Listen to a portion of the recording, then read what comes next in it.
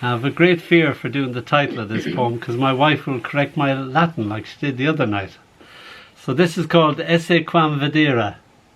Vedere. Vedere. See, I told you. Well, that's how I was taught. Which Nobody means, knows, really.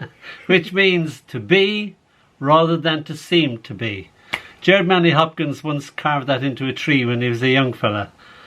And staying on Hopkins, one of his boyhood thoughts is, what must it be to be someone else? So this is in honour of my lovely relative Honora O'Sullivan becoming a great grandmother yet again. I don't know how many times she's a great grandmother, so wow, very fecund family. So I thought of my own birth then. And Storm Kieran, keep Kieran in mind. Kieran, by the way, means lovely dark-haired one. There I am, all 2 pounds of me, and nameless as yet. And so for all these 67 years, it's a Donall I've been. Haven't been anything else all my life.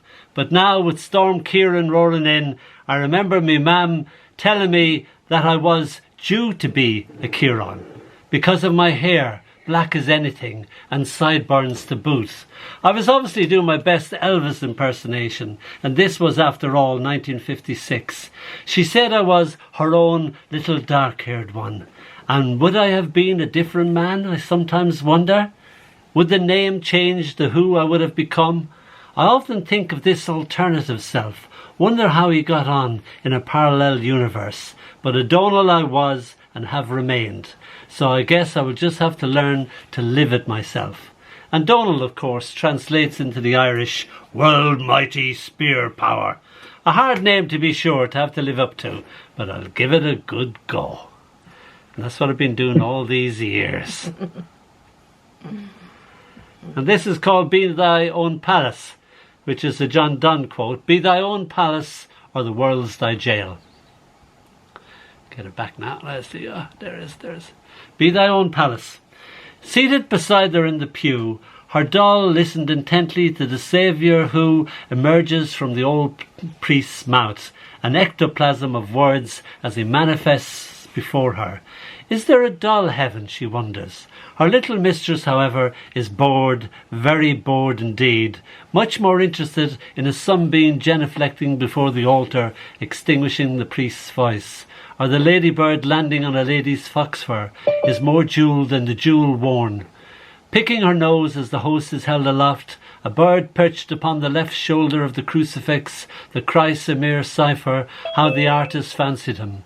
The crucified man smiling at her, despite how boring the sermon is.